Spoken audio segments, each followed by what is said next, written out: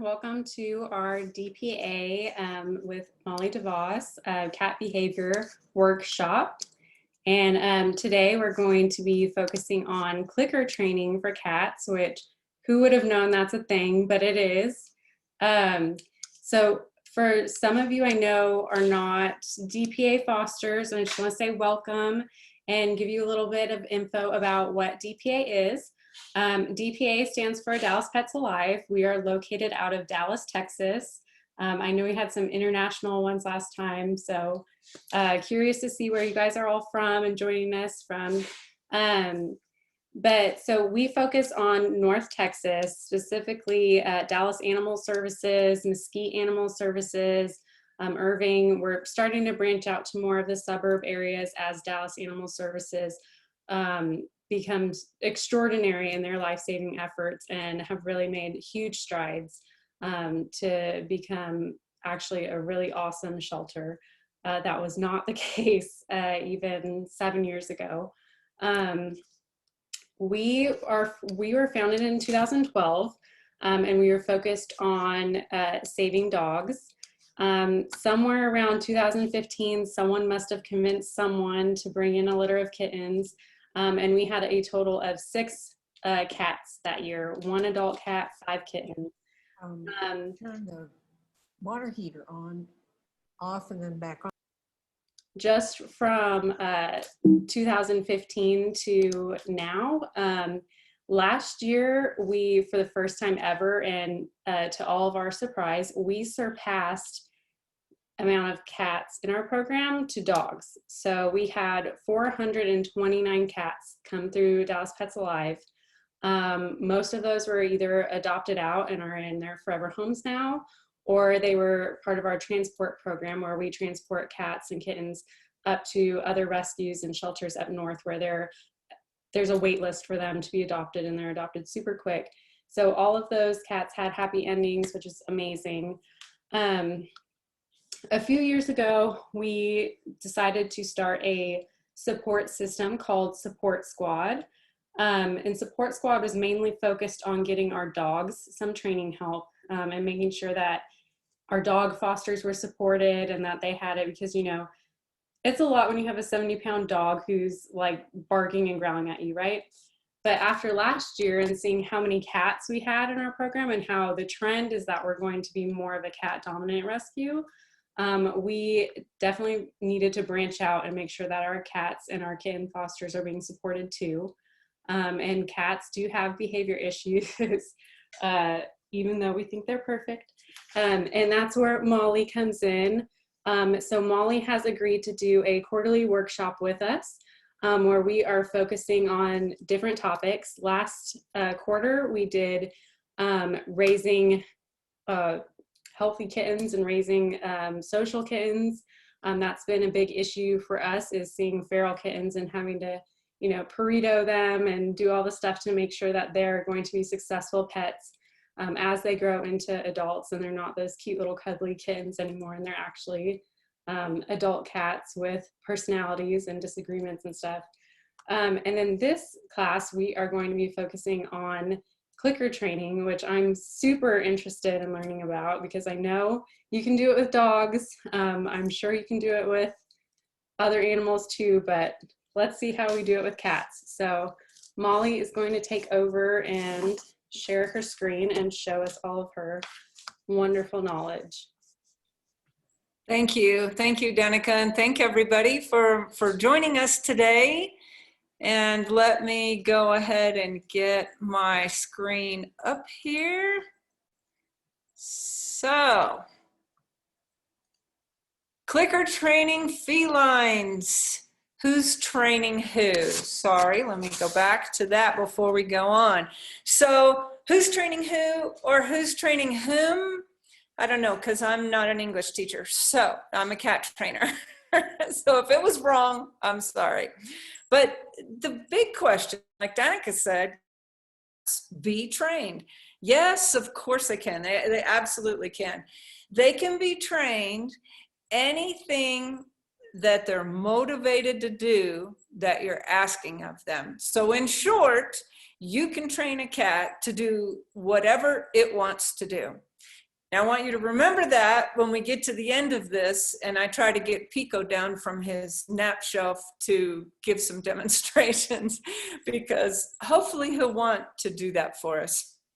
So, we don't think anything of training a dog. There's lots of obedience training has been around for years, but note that it's called obedience.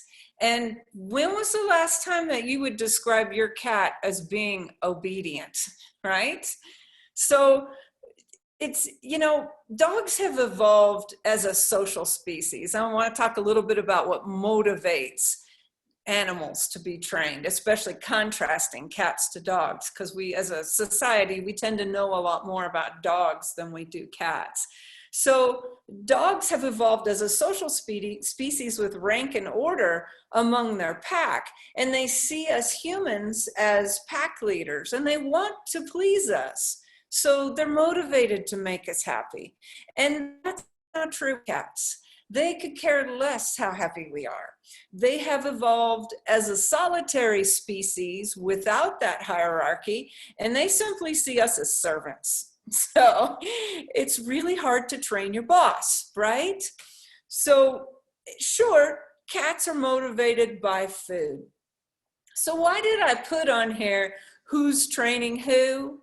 Because once a cat learns to sit up and they get treated and they learn that as soon as I sit up, I'm going to get something really cool, you're going to be seeing them doing that a lot. And it's at that precise moment that they think they have taught you. They go, watch this, Chuck. Sit up. Look, I got a treat. So they mentally think they're training us. And it's an important point to know as you're going through clicker training your cats. You want to be really careful what you clicker train, because clicker training is positive reinforcement. And we know that any behavior we positively reinforce, we get more of. So be sure that you want to be seeing a lot of the behaviors that you're training. So today I'm going to teach you how to learn from your cat, basically. So first of all, a little about me. I'm Molly. I know most of you, but for those of you I don't know, I am a certified feline training and behavior specialist. That's why I'm qualified to teach you today. I'm also a lot of other things, like a certified cat behavior consultant, and I'm fear-free certified, and I'm also a Reiki master, which I find comes in very handy when I'm working with behavior cases and very stressed out cats in shelters and my fosters. So I've spent well over a decade working at Dallas Animal Services and the Santa Fe Humane Society. And out of that, I founded Cat Behavior Solutions. And we are a shelter diversion nonprofit organization for cats only and focusing on cat behavior.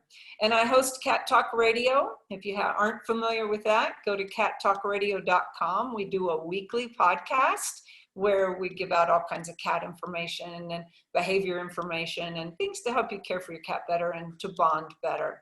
And I'm also a trainer mentor for Jackson Galaxy's Greater Good. And what we do in the Cat Positive program is we do kind of what we're doing today. I teach staff and volunteers how to clicker train cats in shelters. Now, most of those shelters are in other parts of the country, so we do that remotely, and it's a 5-month course. So I'm going to cram a lot of information into 1 hour. And oh yeah, and this is my first training experience teaching my grandmother's cat, Maximilian Sebastian Scott, how to high five. And my mother is joining us today. So let's say hi to Toby. That's my mom. She's making me nervous. So why train cats? I've got 5 reasons for you. Mental stimulation. So there's 2 kinds of cats. We got cats at home. Those are either the cats we own or the cats that we're fostering, right? Well, in the wild, a cat's going to spend 6 hours a day hunting. So when we confine them to a life indoors, they're going to be bored. It's just simple. They're bored. So the more mental stimulation you can give your cat, the better it's going to feel. And the better it feels, the fewer behavior problems you will encounter. In a shelter setting, there's rare opportunities for problem solving other than trying to escape. And they don't get a lot of opportunity for mental stimulation. So that's a very good reason. Second reason is confidence. It builds confidence in your cat. A cat feels really accomplished when it's successfully learned a behavior and receives that positive reinforcement. And that accomplishment increases their self-esteem and empowers your cat. And this sense of empowerment creates emotional satisfaction for your cat.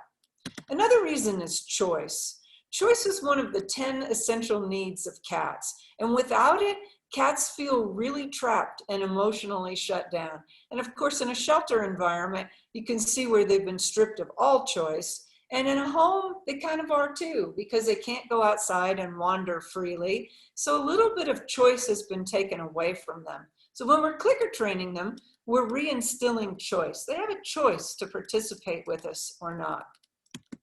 And of course, clicker training is a bonding event, and it builds trust with your cat. When in the shelter, that's really important, and with fosters and any kind of unsocial cat, because they're not sure about you and they're not sure how to interact with you. This gives them a really positive way to interact with you that's trust building. And of course, fun. I mean, we do it because it's fun, you know, and if it's not fun, don't do it. But it's fun. It's fun for both you and your cat. And your friends are going to be amazed when they come over for dinner and your cat sits up and high fives and you show them all the great skills that they have and debunk that myth that cats are aloof and disengaged. So when you give a cat choice, it thinks it has control over the situation, and that's a good thing. And when a cat feels like it's in control, it builds its confidence. And when its confidence is really high, it's a happy cat. And a happy cat is a cool cat, and that's what we want. Throughout this program today, I'm going to give you random clicker tips, because these are things I didn't really know where to stick in the course of flow of it. So take note of these tips. They'll make sense later. But in this one, make goals obtainable, right? If the desired behavior is too complicated, we've got to break it down into smaller accomplishments. So here's why. Because you're going to get really frustrated if you're clicker training your cat and he's just not doing it. You're going to give up. But I want you to think about, again, what motivates cats. And if you think about their hunting methods, right? Sorry, my computer I keep hitting the wrong key there. Dogs have to work really, really hard for their prey. Dogs will run miles and miles and really exert themselves to hunt. That's in their nature. That's not in a cat's nature. A cat conserves energy, and it's an opportunistic hunter. And it's going to hunt. It'll eat 10 to 20 small meals a day, so it's hunting a lot during the day. But it's not chasing a rabbit for a mile. You know, it might go 20 feet and then it's done. If it can't catch it easily, it's going to move on to different prey. So they're naturally going to want to do things that are easy. So make sure your goals are obtainable. Now that doesn't mean you can't train a cat really complex skills. You just have to break them down into baby steps, right? So remember that. Cats can be trained anything, but we might have to break them down into smaller steps. So let's talk about what is clicker training, just to give you kind of a background of what it is that we're doing here. It's called operant conditioning. Operant conditioning has 4 quadrants that you can see in my graphic here. We have positive reinforcement, which is what we're doing. That is clicker training, right? We're positively reinforcing behaviors that we want them to do again. There's negative punishment, which was when they've lost something. There's positive punishment, which is what happens when we squirt them with a bottle or we yell at them or we try to punish them, correct their behaviors in some way. And then there's negative reinforcement where we're scaring them with the squirt bottle, because once they've learned that the squirt bottle gets them wet and they don't like it, sometimes all you got to do is hold it up and shake it, and then they squint and they run away. Well, we try to stay in the positive reinforcement quadrant at all times when we're dealing with cats, because other forms of punishment simply aren't effective. So I always say you can't tell a cat no, you have to show it what you want it to do instead. So we try to stay up here in this positive reinforcement quadrant. What clicker training does is it marks desirable behavior and rewards it. It's that simple. So we're going to start with the role of each of these things that we use, the role of the clicker, all right? So you've got a clicker, and it can be that clicker that I'm showing, or it can be a ring clicker, which I'm going to use later today when I demonstrate with Tabasco. This has a click sound built in the ring. This is brand new. It's very cool. The click stick sounds like that. And then there's regular clickers that might have a wrist thing so that you can easily click and drop them. So there's different kinds of clickers. So the role of the clicker is it's the marker. It makes the sound that tells the cat, yes, that's it, you've done it. Now, if you have a deaf cat, you can use a visual marker. So you can go, yay! You can do the American Sign Language for clapping, and the cat will realize that's the clicker. If you have a blind cat, a clicker works really well. But you can use your voice as well. Now, when we're working in a shelter environment, when there's a lot of different people training, or if you have a family and there's going to be different people training the cat, you probably want to stick with the clicker, because this noise is going to be continuous and consistent between people. If I say, good boy, then the next person that comes along, like Dewey's not going to be able to say, good boy, in the same way. And then the cat's going to get confused about what we've marked. So you can use your voice. You can use a ballpoint pen. You can really use anything. You don't have to have a professional click stick, but it does come in handy. A clicker is called the secondary reinforcer, even though it's the first thing that happens. So the cat does the behavior, you click and you reward, but it's called the secondary reinforcer. The treat is the primary reinforcer. And let's talk about the treat or the reward for doing the behavior. So I like to use Lick and Lap, and I like to, it's what it's shown up there because it comes in a tube and it's easy to dispense. I also like to use baby food, chicken baby food. Cats go crazy for this. And then I also use, what I'll be using today for Pico, is turkey. Simple deli turkey cut up in slices. And the role of the reward, of course, is to say, yay, you did it right. Here's your reward. It's what motivates them to do it again. Now, it doesn't have to be a treat. We get a lot of cats in the shelter that are just too scared to eat in front of you. So for them, maybe clicker training isn't right, isn't that they're not at the right stage yet for clicker training. But if you have a pet that doesn't really like treats, they're not into it, but they really like to be scratched or petted, then affection can be the reward. And playtime can be the reward. So you can keep a little wand toy, and when the cat does the right behavior, you bring the wand toy out for a few seconds of play. So whatever your cat is into, that reward has to be something really, really special, something unique. Can't be the same old, Temptations treat that the cat's been used to getting. Step it up and make it something super special that is reserved just for clicker training time. It also promotes cooperation, because clearly the cat's not motivated to do whatever it is you're asking them to do otherwise. They have to have a reward. And of course, this becomes the primary reinforcer. So finding the right reinforcer is very, very important. It's got to be extra special, like I said. Could be the deli turkey, could be the lick and lap.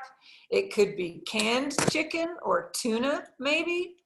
Baby food, long as it's chicken or turkey and broth. It could be a canned food. You can take canned food and then have a spoon or a popsicle stick and put it on there. And of course, like I said, it could be affection or it could be pray play.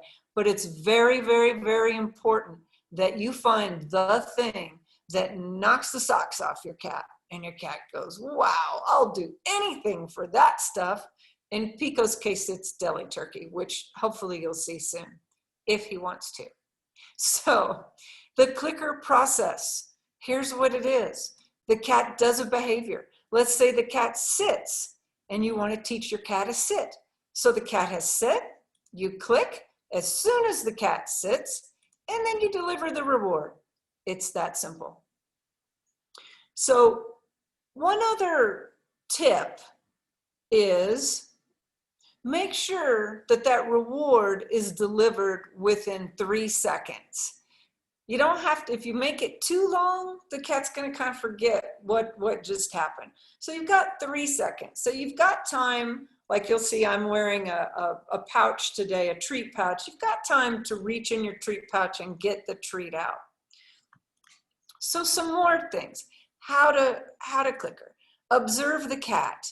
You want to keep your hands, your body, and your tongue still, unless you're targeting or luring, and we'll talk about more of that later because those are methods of clicker training. You want to click, which you're marking the behavior, and deliver the reward separately in that order, of course, and keep your hands neutral. You want to be still so that that click message is very clear. So when we're clicker training, we have what we call neutral position of our hand with the treats. Sometimes it has to be behind your back. You'll get a cat that'll get just focused on the treat hand and not paying attention to anything, treat hand. So put it behind your back. Unless you're luring with a treat, the focus should not be on the treat at all. Put it behind your back, hold it, whatever, in a what we call neutral position. Figure out what that is for you. Some people it's down by your side, some it's at your stomach, some it's behind your back, and the hand returns to neutral position immediately after sharing the reward.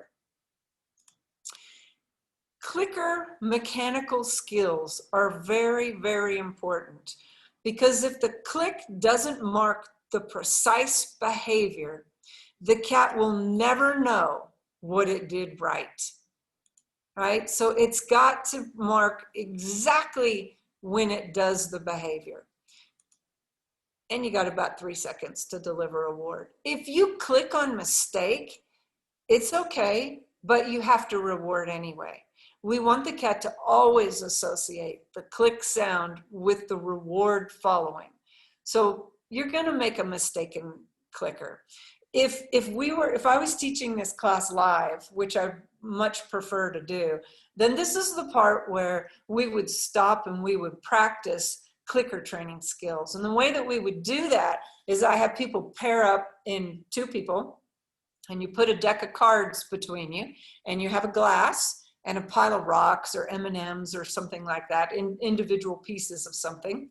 And you turn over cards, and one of you's even and one of you's odd. And when an even card comes up, you click and you put your M&M in the cup.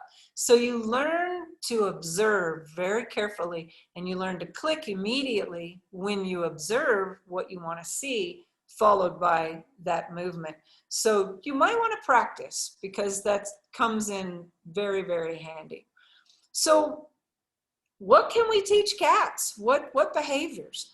By the way, we try not to call them tricks because that kind of sounds like you're exploiting your cat. So we try to call them behaviors or skills. I like to call them skills too. So you can teach your cat really anything you can think of. Of course, as long as the cat wants to do it. That's always the caveat. So you can teach them to sit, high five, sit up, spin, give you kisses. Come is a very important one. jump through a hoop or over something, which you'll see later with Pico.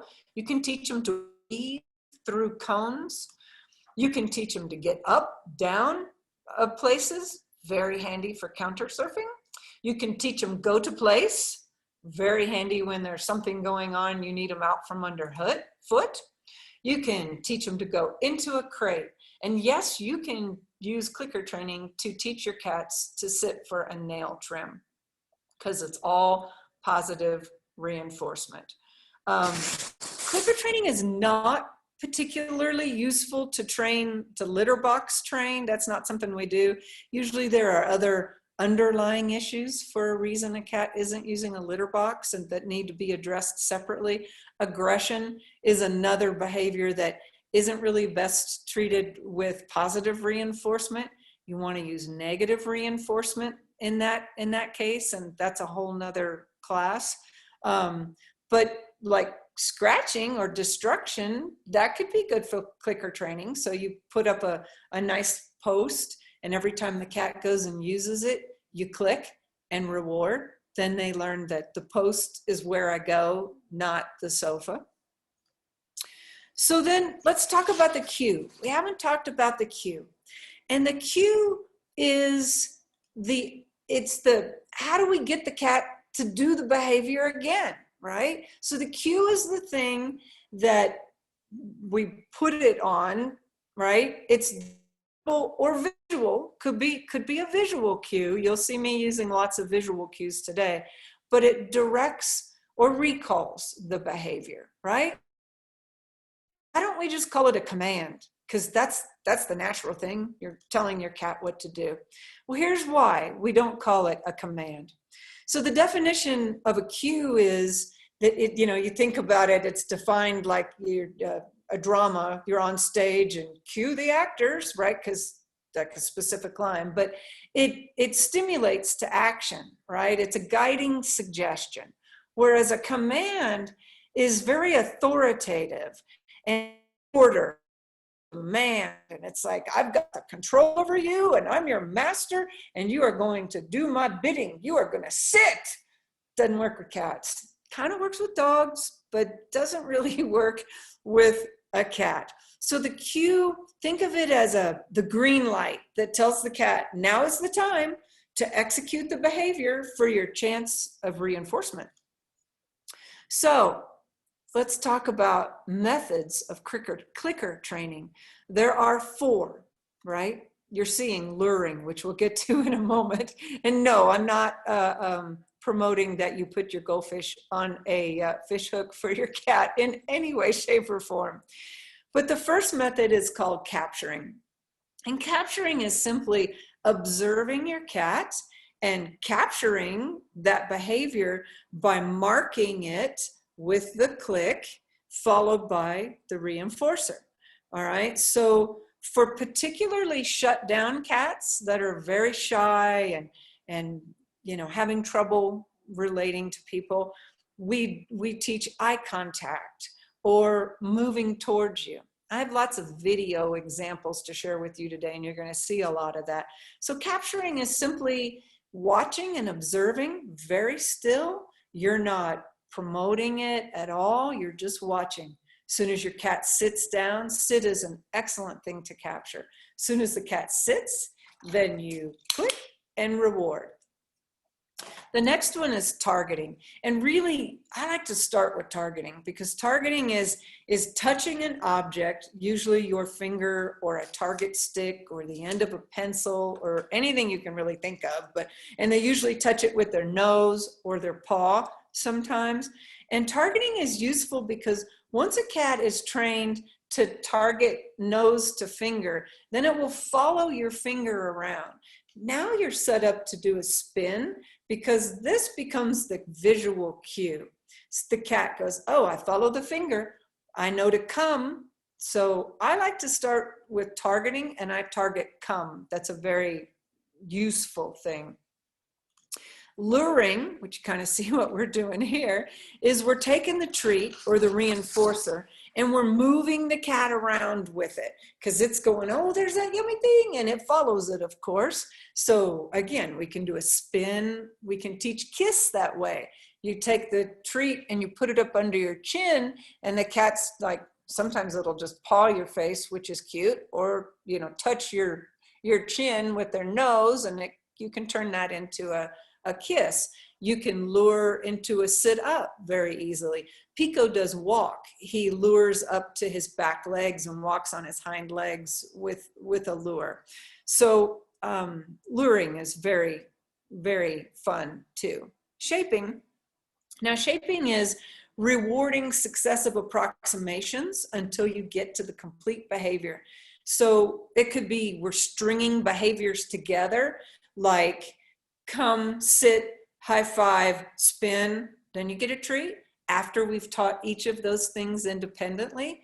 Or it could be you trying to teach a cat how to spin and it won't make a complete circle. So we reward it at a quarter turn, at a half turn, at 3/4 of a turn, and then once it completes its circle.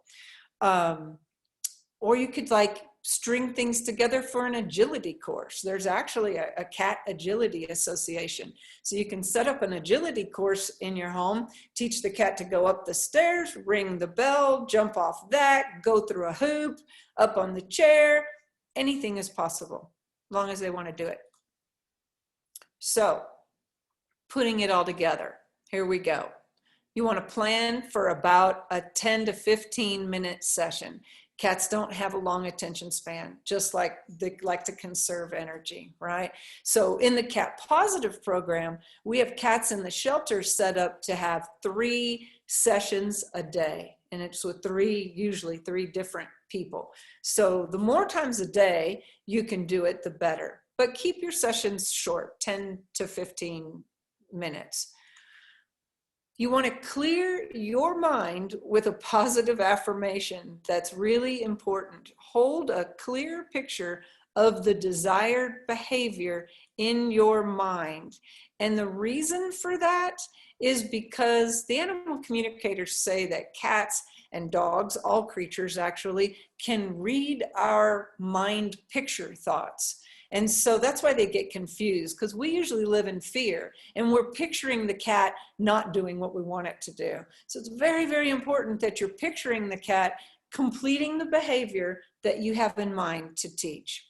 So then you observe, lure, target the behavior, right? Then you mark it, and then you reward, and then you repeat that 5 times, right? Then you introduce the cue. So if I'm teaching a cat to come, I'm going to put my finger down.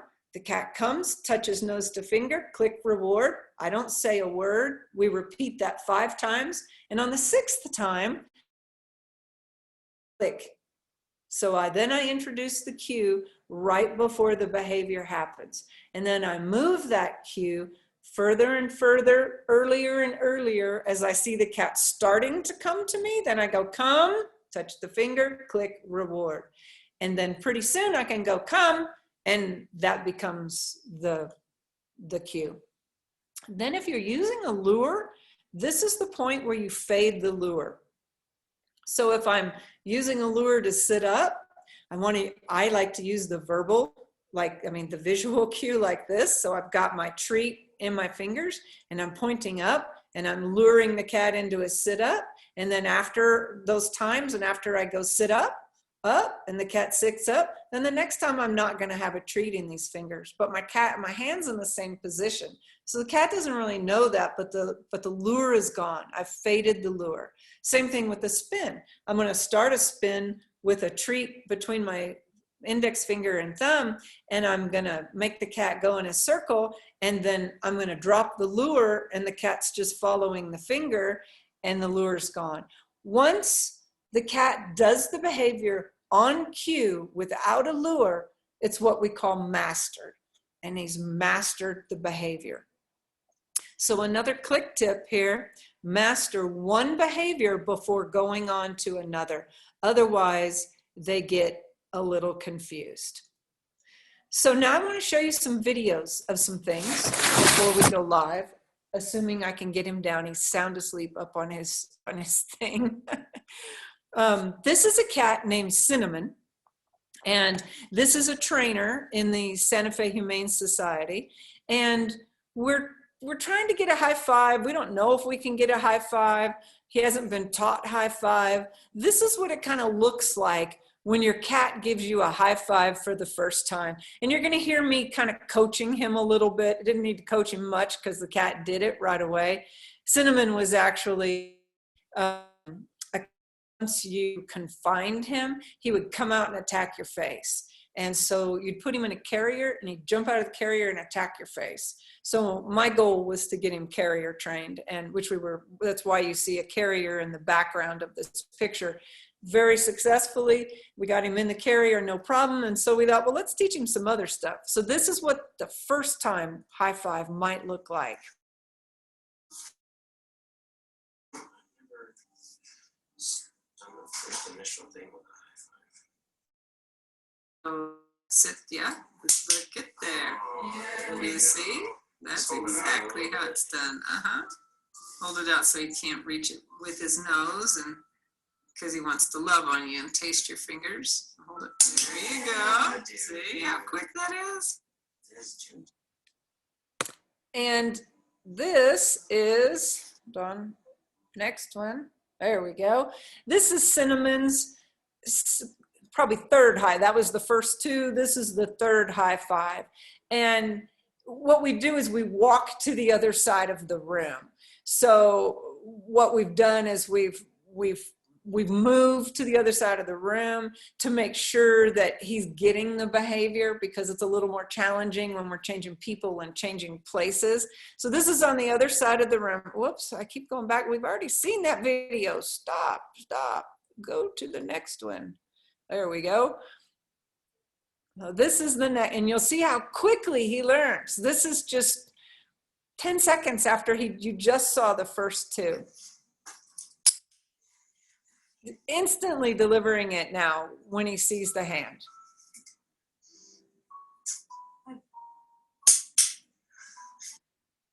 There we go. And this is a cat named Oreo in the Santa Fe shelter also. I'm working with him, and this happened to be a period of time where there weren't any other trainers working with him. So I'm not using a clicker. I'm using good boy. Now, Oreo doesn't like to be touched by hands. He pulls away, which you'll see later in this video. So what I'm teaching him is nose to finger, target nose to finger, because that's encouraging him to lean forward towards my hand rather than recoiling from my hand. And you'll see that there's a point with every cat that they test you, right? And you'll see him test me in this video. He also hates lick and lap and baby food, so we're using hard treats here, which I don't use very often. Good boy.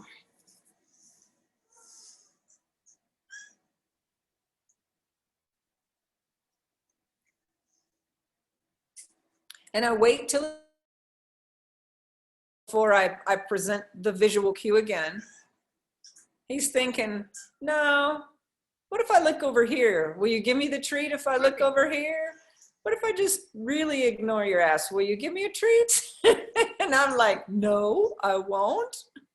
You've got to touch the finger. Good boy.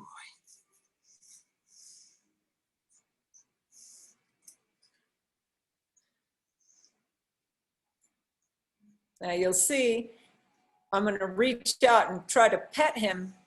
Now see how he recoils from me? He does not like to be touched at all. So that's why this behavior is very important to teach cats that recoil like that. We're rewarding them for moving towards you. Now, this next one, this is a feral kitten. Now I'm doing the same thing. I'm sitting in the kennel. That's my big ass you see right here on the left. And I'm sitting in the kennel, and I'm going to teach nose to finger to this kitten. And we've had several sessions because Otherwise, this kitten would in no way be sitting next to me. They were screaming and running in the corners, but we've had several sessions at this point, and the kitten knows that if I touch the finger, it's going to get me treats. I couldn't have picked up the kitten, but just the kitten's proximity to me is a huge step. You'll see this kitten's sibling hiding in the litter box behind him. You see, he comes up and he sneaks a sniff of my elbow, like what's going on? These were two pretty feral little kittens. And they tamed down very quickly. Now this, let's go to the next one. This is a cat in the Santa Fe shelter, and one of the past trainers there that was very aggressive, confident aggressor though. Wasn't a feral cat, this was an owner surrender. And you'd walk into the room she was in, and she would walk up to you very confidently, like you're gonna see her doing here to the trainer. And she would latch onto your leg and bite the crap out of you. And she was in our behavior program for a long time. She wasn't available for adoption because she was highly aggressive, had several bites in her history. So this is a period of, she got moved to a room in the medical office. And you're gonna see her do a come, and you see the visual cue for come is pointing down by the floor. She's gonna come touch her nose to that, and they're gonna see the trainer ask her for a sit up.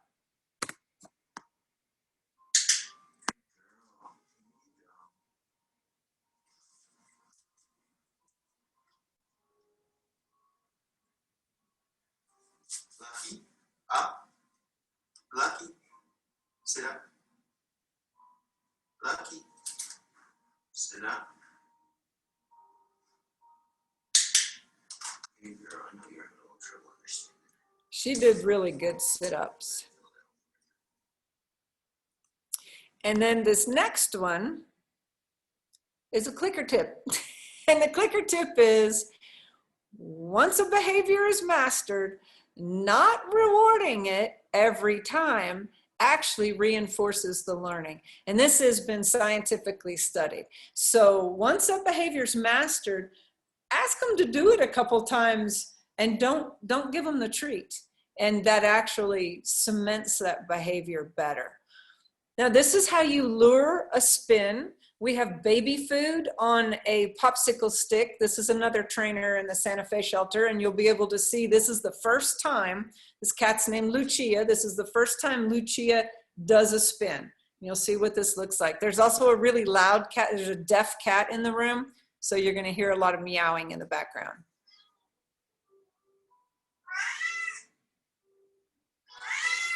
You see how she's following that? And then as soon as she completed that circle, the trainer clicked and rewarded. Now this is me and Pico, when Pico was just 4 months old. And you'll see some of this today. There's come, there's spin. Again, I don't use a clicker with him because I'm the only one who trains him. Today will be the first time he's had clicker. I'm looking for him walking on his hind legs, which he does, and I'm trying to extend that, so I'm not rewarding until he gets a couple steps in there. There we go. So he's got a couple walk steps.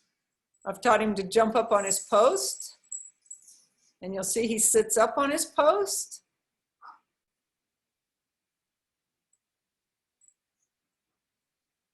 And then I've taught him down. He'll follow my finger down.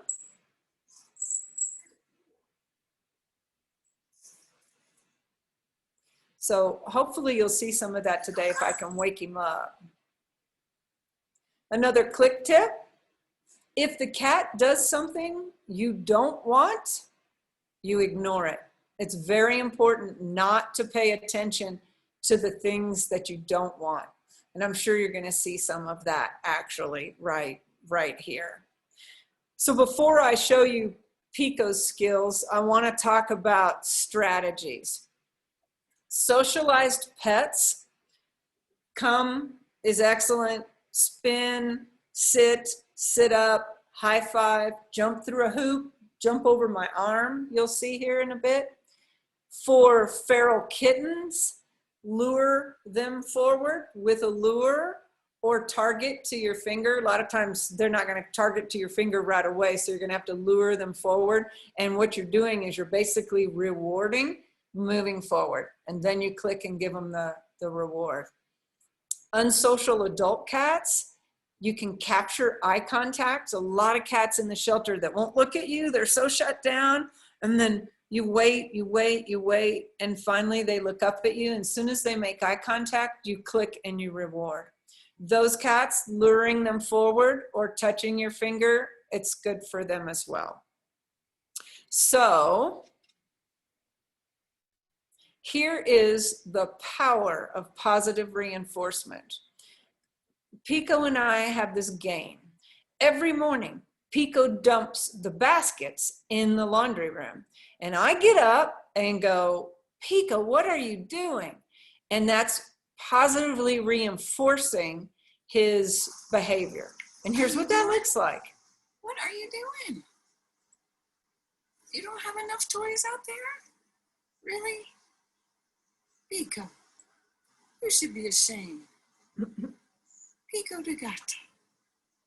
So just me Pico de gato. getting up and going in there and going, what was all that ruckus in the room? Positively reinforces this behavior. So now he does it every morning. And sometimes it's 2 or 3 baskets I get dumped every morning. So be careful. Be very, very, very careful what you positively reinforce, because you're going to see a lot of it. And once a cat gets clicker training and thinks it has you trained, then it's going to start doing stuff to go, I know how to get her attention. And it'll do stuff like Tabasco used to come up and just sit up right in front of me all the time. So whatever you reward, you're going to be seeing a lot of. Now I'm going to stop sharing screen for a minute and hold on. Let me get rid of, hold on. Click to exit out of that and get out of here. Okay. Let me see if I can get him down. See if he'll show you his skills. Pico de gato. Come on. Wanna work? Come on, let's work.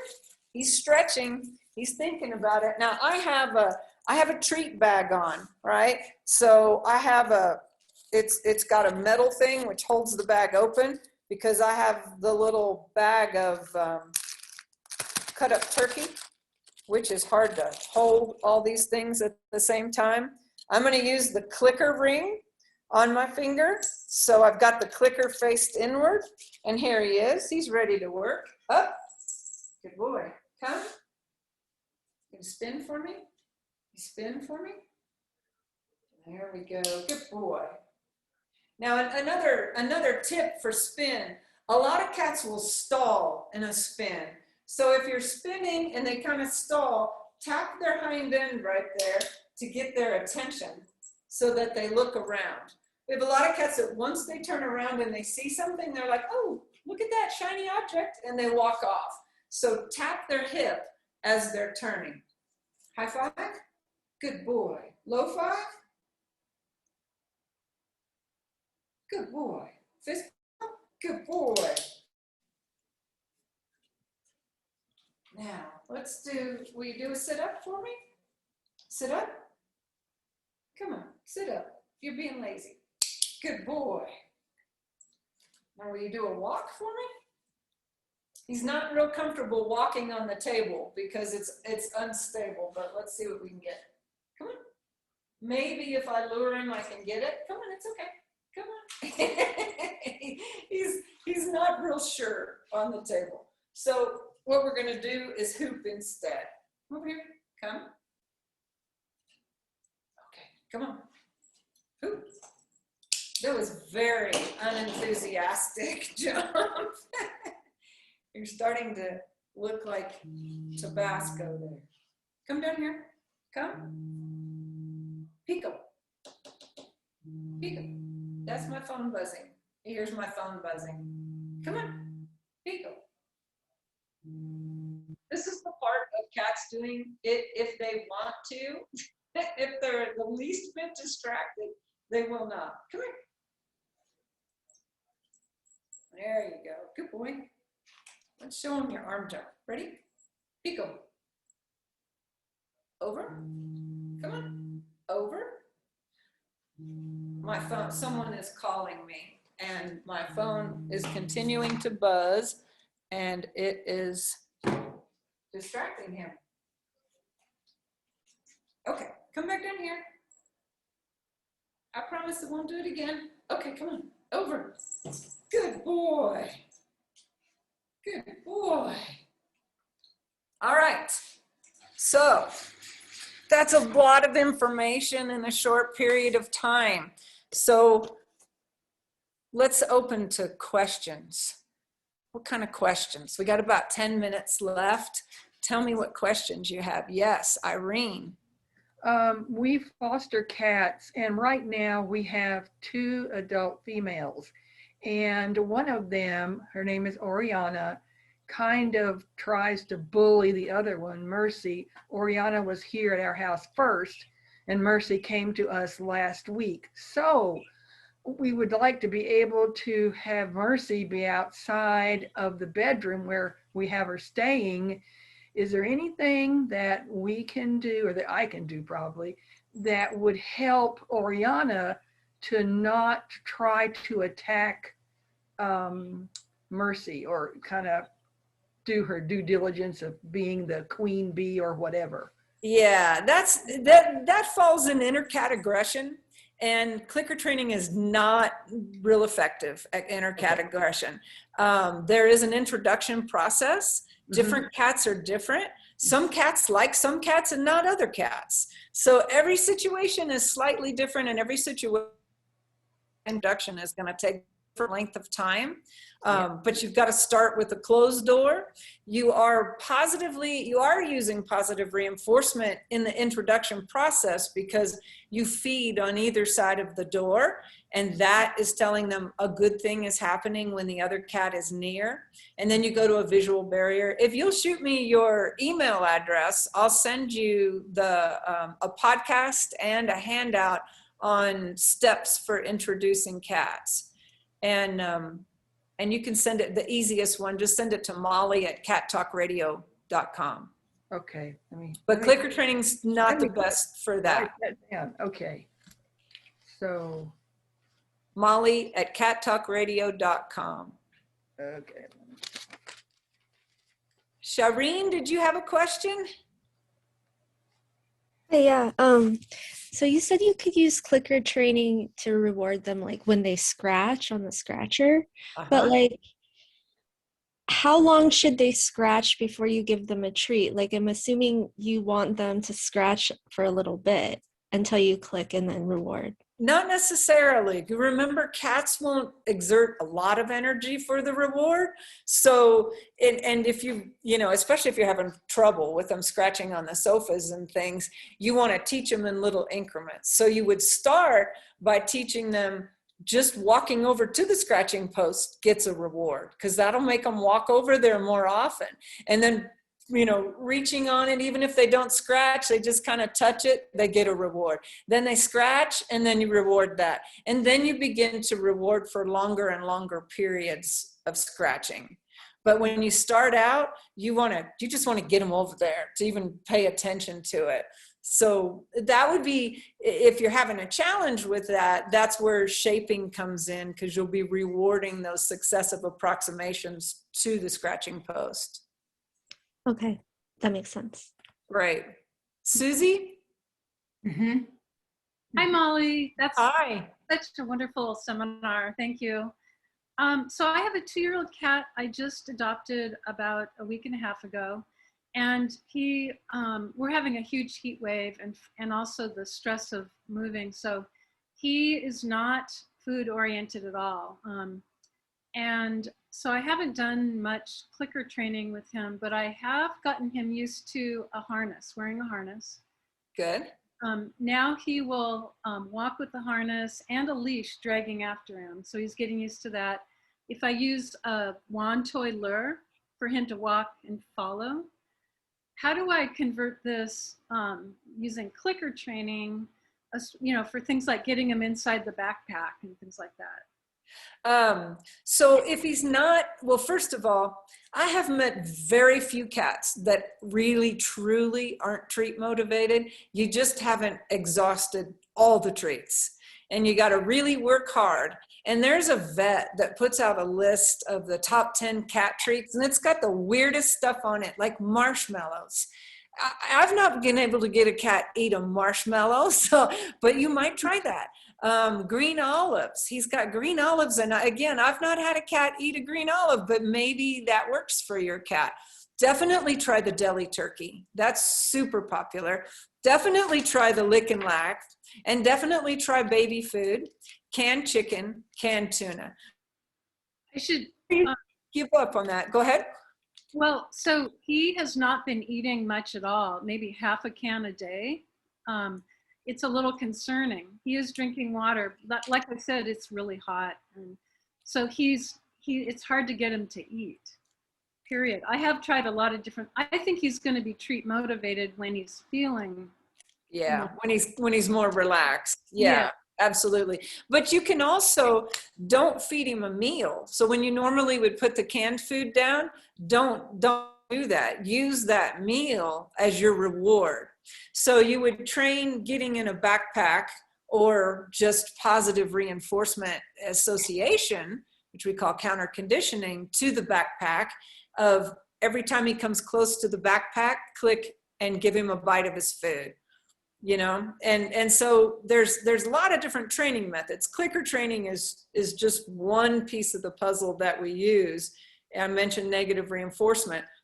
There's also gradual desensitization, which you may have to do if he finds that backpack something he doesn't like. You may have to put him in it, make sure great things happen for 30 seconds, and then extend that length of time little by little in each session so that he slowly gets used to being in there and comfortable with it. Kind of like you did with the harness, probably.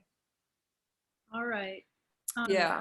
So use the meal. I think in this case, I make sure there's nothing medically wrong, because that's not a lot of food, and he's only getting about half of what he probably needs a day. So make sure there's nothing medically wrong. And if he's that stressed out, you might try confining him to a room so that he's got less space to worry about, and he's just comfortable in one small space before he gets a lot of space to have to worry about. Okay. Thank Might you. help too. Yeah. Sure. Great. Anybody else?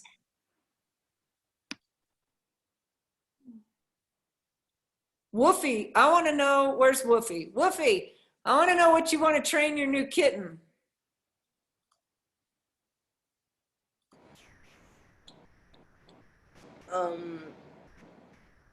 Two things: not to chew on wires, because she's been chewing on all my headphones and they've been breaking. That's a good one. And your kitten is little, right? Yeah. She's tiny. There she is. See, we're already harness training little kitten. So some cats, especially kittens, need things to chew on. They make, you can get a little rawhide bone and soften it. Not the best thing for cats, but that does give them something else to chew on. You can get, they make jerky treats, or if you go to the store, they make like freeze-dried fish treats. They'll make like food chews is what you want. And so in that case, I would put out the headphones, offer her both. Put out the headphones. If she goes to the headphones, ignore it. As soon as she goes to chew on the other thing that she's supposed to chew on, then you reward it. You'll click and you'll give her turkey or that kind of thing and tell her how great she is and reward it. We find that if you ignore behavior you don't want to see, it will become extinct. So if she learns that every time she goes to mess with your headphones, then she's going to become like Pico, and she's going to mess with your headphones just to get you to pay attention to her. So you'll want to pick them up, put them away. So interrupt the behavior, distract her to something else, and then reward her when she does the something else. The other thing you can do is distract her with a wand toy. But don't do it right away, because then she'll think that she's getting rewarded for chewing on the headphones. So if she starts to chew the headphones, pick them up, put them away, and then go get the wand toy so that there's at least 10, 15 seconds in there. And then get her to play, and then give her a treat when she bites the toy. And that way she learns biting the toy is what gets you a treat. What else do you want to train her? I want to train her to come because she knows her names and sometimes come, but not like She looks like she knows kisses really well. What's her name, Wolfie? Maya.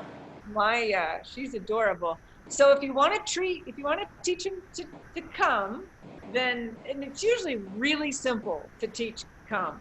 You can just hold your finger down on the floor, like get away from her, obviously, at least, 6 feet or so. Hold the finger on the floor, and then as soon as she comes to touch your finger, say, "Good, Maya," and give her a treat. And walk away while she's eating that treat. Hold your finger down and do it again. If your finger's not interesting, you can use the targets, this target stick they all seem to be very curious about, or you can make your own. You can get a little wooden dowel and glue a little puffball at the end, or you can use a pencil or really anything and just hold it out. And as soon as she touches it, you say, "Come," click, reward. And then pretty soon she'll associate that word "come" with that behavior and getting the reward. You just got to make sure you got your treats handy and you're ready to reward her for when she comes and touches your finger or whatever it is. And then in that case, putting that verbal cue in there is very important. I like to use the finger down because if we have a room full of people, we've got a party or something, and cat can't hear me or is distracted, all I have to do is this, and he knows, oh, I'm going to go over there and touch that finger and something great is going to happen. So using that visual cue is very important. Oh, thank you. Well, thanks, Woofy. Who else? Questions, behaviors you might want to teach your cat? You got to have questions. It was way too much information in a short period of time. I have a question, Molly. Hi, Arequo. Hi. You've helped me in the past with my 2 cats, so thank you. I've been doing the automatic feeders at night. I mean, like at 3:30, 4 in the morning. Before we go to bed, we play for like a good hour. I try to get them going so they sleep through the night. I know cats wake up their energy like at 4 or 5, and they're still like running around, stomping, disrupting the neighbors. It has improved, but it's like, sometimes I don't want to acknowledge it because, but sometimes I have to, to stop it. So if they're getting fed, if I'm still playing with them and they're still running around and that's when they want to play, I mean, is that just me fighting against their natural instinct? Like if I'm doing all these things and they're like, we still want to play at 4 in the morning, I don't know if that's like a question, but I'm just trying to troubleshoot that still. Oh, I think I lost you. Uh-oh. Uh-oh. Hello? There you are. Sorry, I think my internet froze. Yep, Yeah. I just got the message. My internet connection is unstable. If I do disappear, don't worry, it'll reconnect. Just stay put. So I think what I heard of that was the question is, you are prey playing right before that last meal of the day, which is Bed. right before you go to bed, and then you're feeding them. They have their automatic timers, but they still insist of waking me up 4:30. Well, now, are you feeding? So you should be feeding right as you go to bed, and then again in the food timer at 3 a.m. Are you doing both of those? Yes. We go Okay. to bed like around 9:30, 10. So they, we play and then I feed them. I go to bed. Timer goes off around 3:30. Yeah. But after they eat, they're just like, I still want to play, So I would move that food timer up a little earlier. Move it to about 2 a.m. Okay. for a couple reasons. Because you're going to bed about 9:30.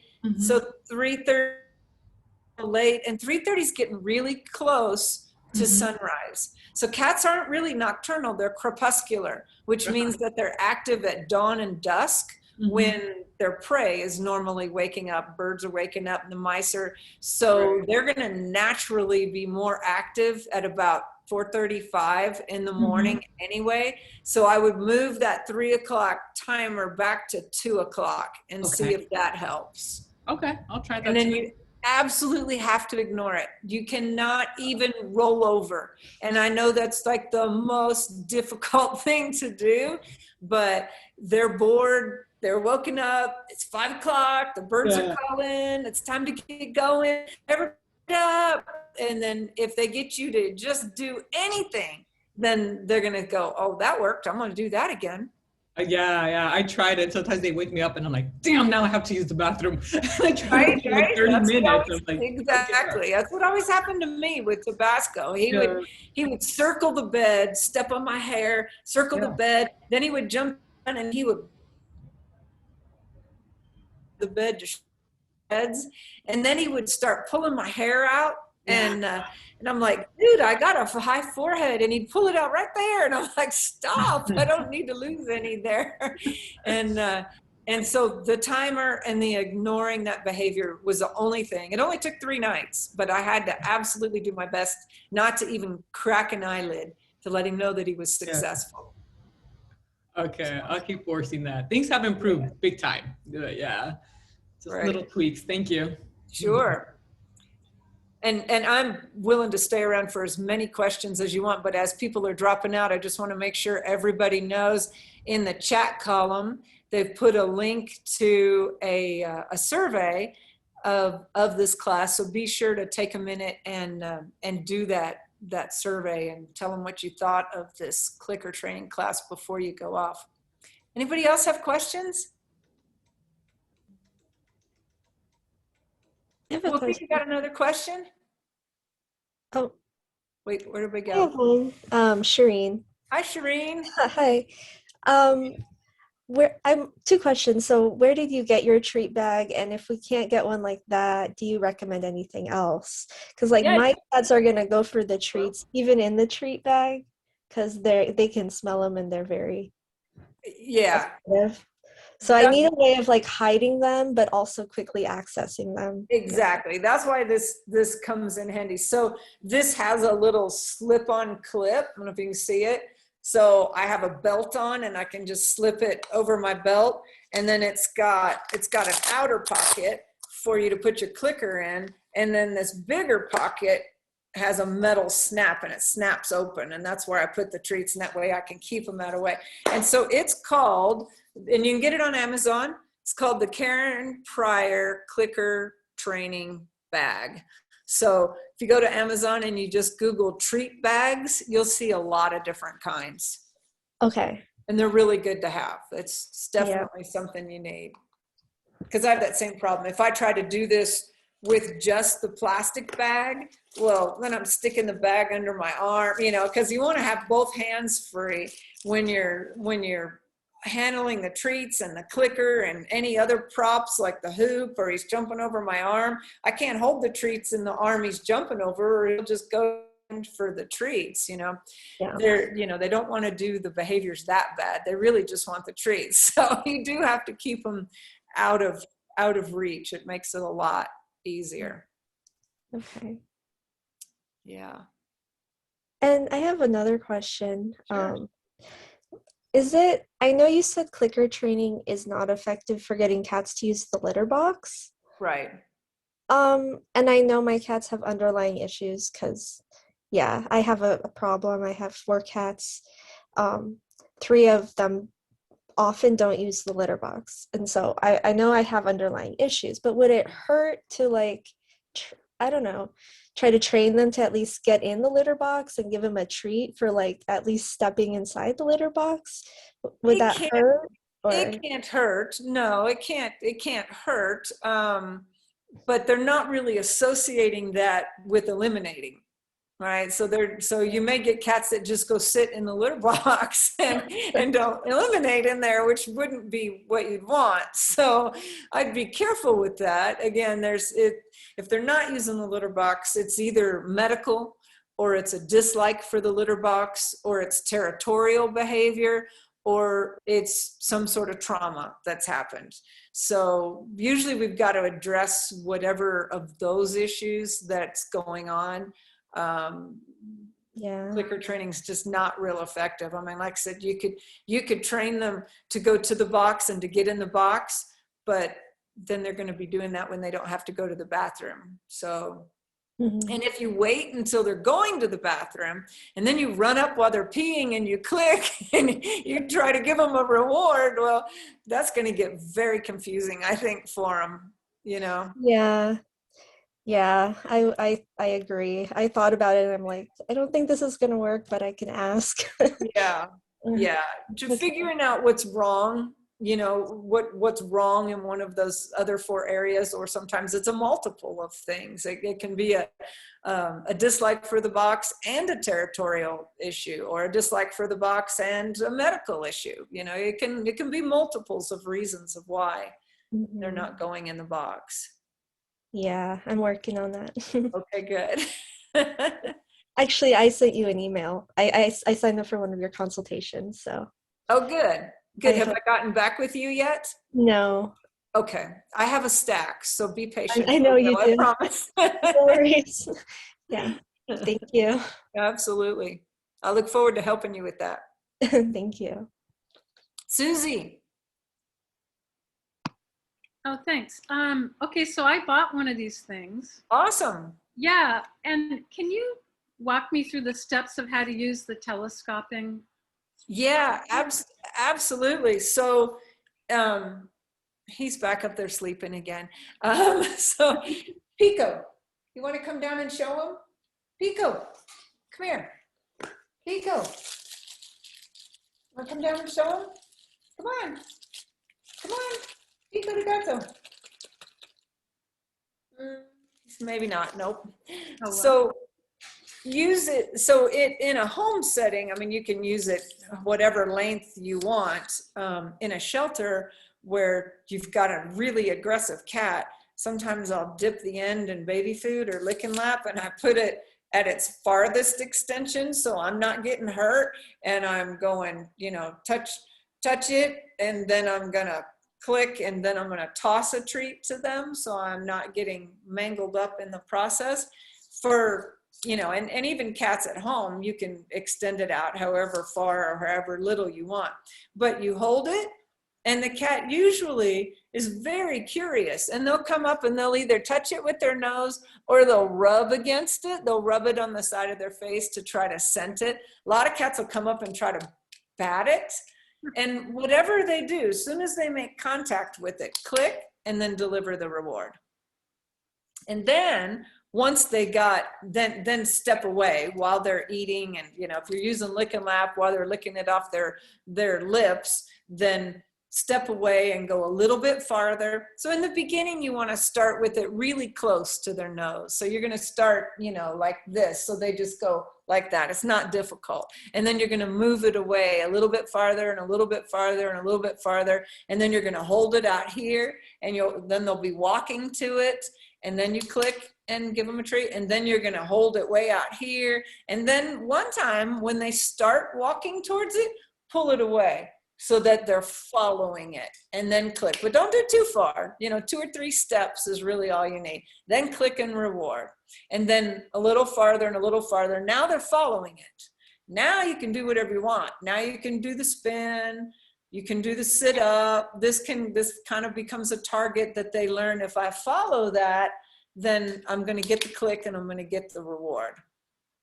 Great. Okay. And do you keep your finger in there so that you could fade this part and use just finger to Yeah, very good question. I do. So because I use these in shelters for that reason. So I may start out with a target this long, and then as I'm narrowing it, and I've got my finger here, and then pretty soon I can just, and then it's just the finger, and I don't have the target. Yeah.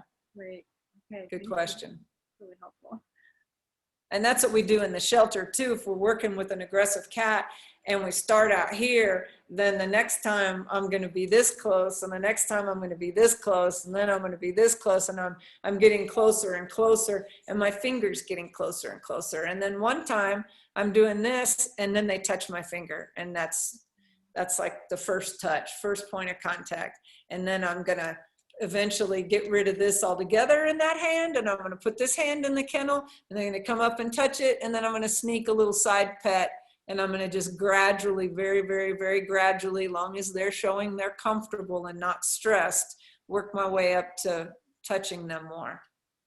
What a beautiful thing to do. That's wonderful. It's done, it makes it where it happens at their comfort level and at their pace. You know, it's not flooding them.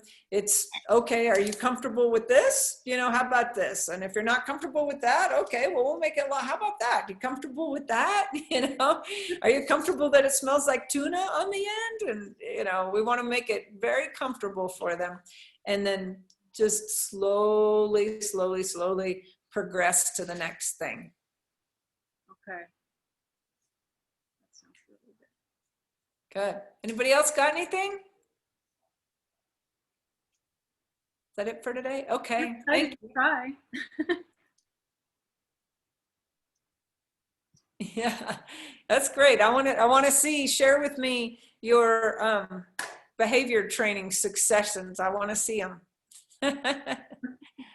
And be sure to take the survey that's over in the chat column. There's a link over there if you'll click that. And Danica, have you got anything else for us before we wrap up?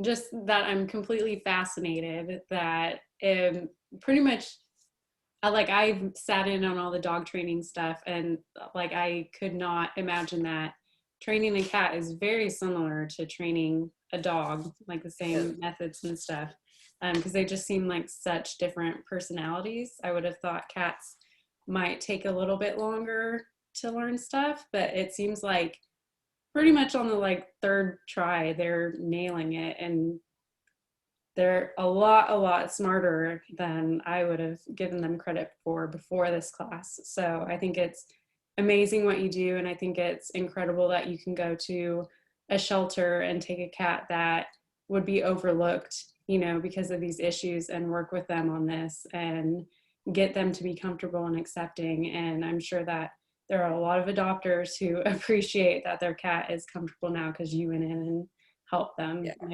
it's a beautiful thing. So keep on doing what you're doing. And I hope that now all these people who attended the class can maybe even go and spread that around their communities too. And Yes. we can make a lot of really great cats. Yeah, there's what we call Fraidy Cat programs. So we use clicker training, and we use negative reinforcement, and we use the gradual desensitization in Fraidy Cat programs. And they're in most of the shelters these days, where there's specialized volunteers that are trained to work with the cats that are shut down and having trouble. So do that if that interests you. It's a great way to learn, and boy, it's an awesome way to give back. Yeah. And it seems like this can really work for pretty much any type of cat in any situation. Like you were saying, the feral kittens, Yeah, it can work with them. It can work with adult cats. So I think that's really cool. Absolutely. And positive reinforcement works with any species. It works with spouses. It works with any species you can think of. We're volunteering at the Center for Therapeutic Riding, and I'm starting to clicker train horses now. And that's been awesome. It's weird for me because I take for granted how much I know about cats. I know what motivates them. I know what they need. I know what they're instinctively feeling and thinking. And I don't know about horses that much. And so it's been very interesting to have to learn a whole new species and what motivates it and how it's motivated differently. Because you think about how, you know, when you're using food as a reward, how an animal hunts plays a big role in how it's going to respond to training. Well, horses don't hunt, they graze, right? So they really don't have much motivation unless, you know, so timing is real important. I'm finding out. You definitely have to clicker train horses before you do the nightly feeding. Otherwise, they really don't care. They're totally tuned out. But you can train anything. We have a gal, our head trainer mentor in the Jackson Galaxy Cat Positive Pro program. She trains rats. She clicker trains her rats, and it's just awesome what you can. Rats are super smart, and they can learn lots of things. My mom and dad clicker trained a rat once, didn't you? You used a Skinner box. My dad built a Skinner box in college and taught the rat that if he pressed the bar when the green light came on, he got treats. And that's basically the same thing we're doing here. So yeah, it's very effective. In all aspects of your life, it's effective. I'll work on the husband. Yeah, work on the spouses. Sometimes kissing works better than the click part, but same principle. All right, everybody, thanks for joining today. I'm sorry we ran over, but I'm glad we had this time together. And if anybody has any other questions that come up later, just feel free to email me. You can email me, molly@cattalkradio.com or molly@catbehaviorsolutions.org. Either one of those will get to me. So, and thank you, Dallas Pets Alive, for hosting this, and thank you everyone for coming today. Thanks, All right. So much, guys. All right. Thank Bye, you. everybody. Yeah.